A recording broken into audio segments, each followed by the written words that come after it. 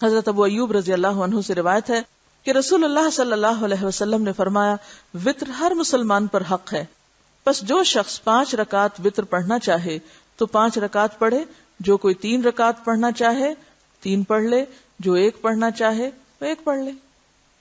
جھگڑا کس بات کا؟ کیونکہ ابھی آپ نے سوال کرنا تھا پھر کیا پڑھیں ہم،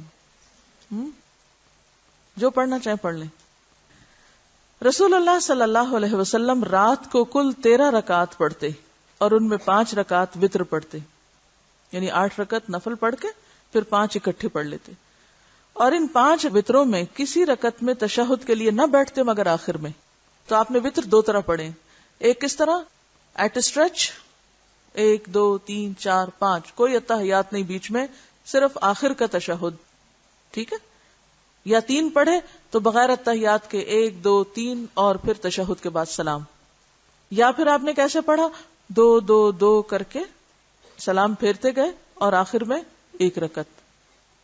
اب آپ دیکھیں 7 کی بات بھی ملتی ہے تو اس سے کیا پتہ چلتا ہے کہ آپ نے کم سے کم 7 پڑھی، 11 رکعت بھی ملتی ہے تو 11 جب پڑھی تو 8 رکعت نفل پڑھ کے 3 رکعت وطر پڑھے، 13 کی اگر بات ملتی ہے تو 8 رکعت پڑھ کے 5 وطر پڑھے، ٹھیک ہے۔ تو وطر بیسیکلی آڈ نمبر کو کہتے ہیں، یعنی آخری نماز ہے رات کی، یعنی رات کے آخر میں وطر سے اختتام کرو، مراد یہ ہے۔ معلوم ہوا کہ وطروں کی 5 رکعتوں کے درمیان تشہد کے لیے کہیں نہیں بیٹھنا چاہیے، بلکہ 5 رکعتیں پڑھ کر قاعدہ میں تحیات، درود اور دعا پڑھ کر سلام پھیر دینا چاہیے۔ 3 وطروں کی قرات۔ حضرت عائشہ رضی اللہ عنہا سے روایت ہے کہ رسول اللہ صلی اللہ علیہ وسلم پہلی رکعت وطر میں سبح اسم ربک الاعلی، دوسری میں قل یا ایھا الکافرون اور تیسری میں قل ھو اللہ احد پڑھتے تھے۔ نبی صلی اللہ علیہ وسلم نے فرمایا ایک رات میں 2 بار وطر پڑھنا جائز نہیں۔ رسول اللہ صلی اللہ علیہ وسلم نے فرمایا 3 وطر نہ پڑھو، 5 یا 7 وطر پڑھو اور مغرب کی مشابہت نہ کرو، یعنی اس سے مراد یہ نہیں کہ 3 رکعت ہے نہیں، 3 رکعت تو ہے، مراد یہ کہ مغرب کی طرح کی 3 مت پڑھو۔ مغرب کی طرح کی 3 کیا ہے؟ 2 پڑھ کے بیٹھ کے پھر تیسری پڑھی جائے۔ معلوم یہ ہوا کہ وطر میں نماز مغرب کی مشابہت نہیں ہونی چاہیے۔ نبی صلی اللہ علیہ وسلم نے فرمایا رات کو اپنی آخری نماز وطر کو بناؤ، اور فرمایا وطر آخر رات میں 1 رکعت ہے۔ سارے ریفرنس نیچے دیے ہوئے ہیں۔ نبی صلی اللہ علیہ وسلم نے فرمایا جو شخص آخر رات میں نہ اٹھ سکے وہ اول شب وطر پڑھ لے، اس لیے لوگوں نے اس کو عشاء کی نماز کے ساتھ ملا دیا، اور جو آخر رات اٹھ سکے وہ آخر رات وطر پڑھے، کیونکہ آخر رات کی نماز افضل ہے۔ اب اس پر پھر سوال کرتے ہیں، اگر یہ شک ہو کہ نیند نہیں کھلے گی پھر کیا کریں؟ بھی آپ اپنے آپ کو زیادہ بہتر جانتے ہیں، مفتی کیا جانے آپ کو، آپ خود زیادہ بہتر جانتے ہیں کہ آپ اٹھ سکیں گے یا نہیں اٹھ سکیں گے۔ تو آپ اپنی عادت کو دیکھیے کہ آپ کی نیند کیسے ہے، آپ کی معمولات کیسے ہیں۔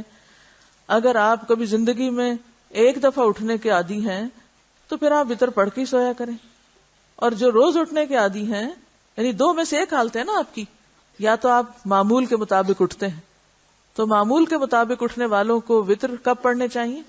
سویرے پڑھنے چاہیے۔ اور کبھی کسی پریشانی مجبوری میں آپ نے اگر وطر پڑھنے ہیں اور آپ کو شک ہے کہ پتہ نہیں اٹھوں کہ نہیں، تو پھر آپ اپنی روٹین میں رات کو ہی پڑھ کے سوئیں۔ اصل میں جب ہم 3rd آپشن چاہتے ہیں تو مسئلہ ہوتا ہے۔ ایک چیز پر قرار پکڑیں تو بہت ساری چیزیں آپ کی حل ہونے لگیں گی۔ حضرت عائشہ رضی اللہ عنہا سے روایت ہے کہ رسول اللہ صلی اللہ علیہ وسلم نے اول رات، رات کے وسط اور پچھلی رات، یعنی رات کے ہر حصے میں وطر پڑھے۔ اب اتنی سنتیں موجود ہیں آپ کے سامنے، اتنی وسعت موجود ہے، ہر رستہ بتا دیا گیا ہے، اب عمل کے لیے کیا چاہیے آپ کو؟ ہر وقت سوال یا کچھ اپنی عقل سے بھی کام لینا ہے، کیونکہ باب اہم ہے۔ مجھے معلوم ہے اگر سمجھ نہ آئے تو پھر سوالوں کی بھرمار سے وقت ضائع کریں گے، تو بہتر ہے میں خود ہی سوال کر لوں آپ سے۔ سب سے پہلا سوال یہ ہے کہ کیا وطر عشاء کی نماز کا حصہ ہے؟ وطر کا اصل وقت کون سا ہے؟ رات کا آخری حصہ، یا وطر رات کی آخری نماز ہے؟ اگر آپ فجر سے پہلے اٹھنے والے نہیں تو آپ وطر کب پڑھیں گے؟ اور اگر آپ اٹھنے والوں میں سے ہیں صبح۔ اور اگر کبھی بیماری، کسی کمزوری، کسی وجہ سے، کسی تھکاوٹ کی وجہ سے آنکھ نہ کھلی تو فجر سے پہلے پڑھ لیں. لیکن روز کا معمول یہ بنا لینا کہ اچھا میں اٹھوں گی تہجد کے لیے اور روز ہی اٹھ کے فجر کے وقت پڑھنا، یہ انتہائی نامناسب بات ہوگی. تو سب سے پہلے تو آپ کسی ایک جگہ قرار پکڑیں. یا تو آپ اپنے آپ کو شمار کریں سحری کے وقت اٹھنے والوں میں، تو اس طریقے پہ عمل کر لیں. اگر آپ کو پتا آپ روز اٹھتے ہیں اور کسی دن نہیں اگر آنکھ کھلی تو اس وقت کیا ہوتا ہے، اس شخص کے نہ اٹھنے کے باوجود اس کی نیکی لکھی جاتی ہے، کیونکہ اللہ تعالیٰ کو پتا یہ روز اٹھتا ہے.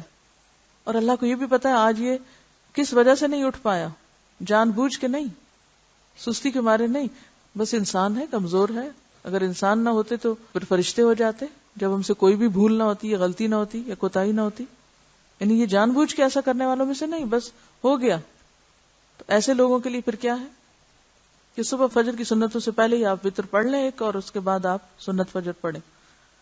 لیکن اگر آپ اٹھتے ہی نہیں ہیں، بس ایسے ہی کبھی کبھی جوش جذبہ آ جاتا ہے اور آپ کبھی اٹھنے لگتے ہیں اور پھر نہیں اٹھتے، اور کبھی کچھ اور کبھی کچھ، تو اس صورت میں پھر آپ خود اپنے آپ کو بہتر جج کر سکتے ہیں کہ آپ کی اپنی عادت کیا ہے.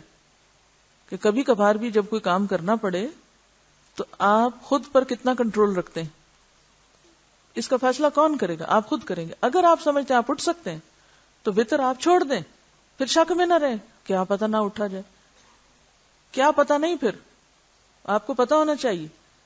تو پھر آپ کیا کریں، چھوڑ دیں وتر. اور اگر آپ کو پتہ ہے نہیں اٹھ پائیں گے تو بہتر ہے پڑھ لیں، پھر پڑھ کے سوئیں. ٹھیک ہے. اب آپ دیکھیے کہ وتر کی تعداد کتنی ہے. دوسرا سوال، 1 3 5 7 9. اب آپ دیکھیے ایک کو آپ چھوڑ گئے جو وتر میں اصل ہے. ٹھیک ہے، عادت نہیں ہے نا ہمیں. اور جن کو یہ عادت ہو ان کو دوسری نہیں ہوتی. جن کو ایک پڑھنے کی عادت پڑ جائے پھر وہ صرف ایک کی سنت پوری کرتے ہیں، نہ وہ 5 کی کرتے ہیں نہ 7 کی کرتے ہیں. ساری سنتیں پوری کرنی چاہیے. پھر اس کے بعد وتر 2 طرح آپ نے پڑھے ہیں. پہلا طریقہ کیا ہے، کوئی بتائے گا آپ میں سے؟ ایک طریقہ یہ ہے کہ 2 رکعت پڑھ کے سلام پھیر کے، اور اگر کوئی بات بھی کرنی پڑے چھوٹی موٹی تو کر کے پھر 1 رکعت پڑھ لی، نیت 3 ہی کی تھی. ٹھیک ہے. دوسرا طریقہ کیا ہے، تشہد پڑھے بغیر ایٹ اسٹریچ آپ تینوں کنٹینیوسلی پڑھ کے پھر آخر میں سلام پھیر دیں. جی. تو کس چیز سے منع کیا گیا ہے؟ مغرب کی مشابہت سے منع کیا گیا ہے. ٹھیک. 5 رکعتوں میں آپ ڈیٹ اسٹریچ 5 پڑھیں گے. اوکے. وتر اول رات بھی پڑھے جا سکتے ہیں، درمیان رات بھی، اور آخری حصہ.